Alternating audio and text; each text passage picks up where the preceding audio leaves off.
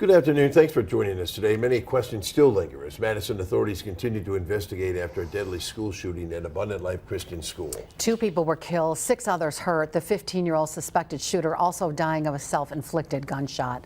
Authorities saying today identifying a motive is the top priority. In a First Alert update, Emily Byer joins us live with the latest details that we know from officials. Emily. Yeah, Cami and Bill, we are still very early in the investigation. Officials starting a press conference today wanting to clarify and correct details as the investigation continues to unfold and we start to get a clearer picture of what led up to this shooting.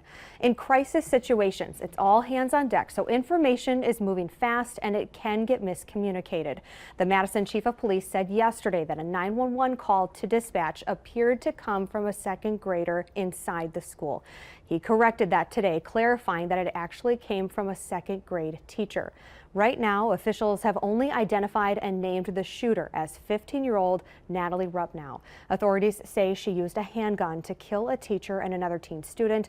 2 other students have life-threatening injuries and are in critical condition. Another teacher and 2 other students were treated for non-life-threatening injuries. The Chief of Madison Police confirming today all of the victims' conditions are the same today.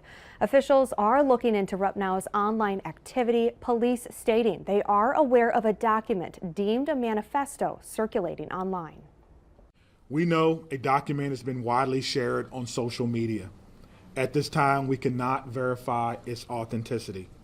We have detectives working today to determine where this document originated and who actually shared it online. At this time, we cannot verify the document. We ask that you not share the document or spread any information that may be false.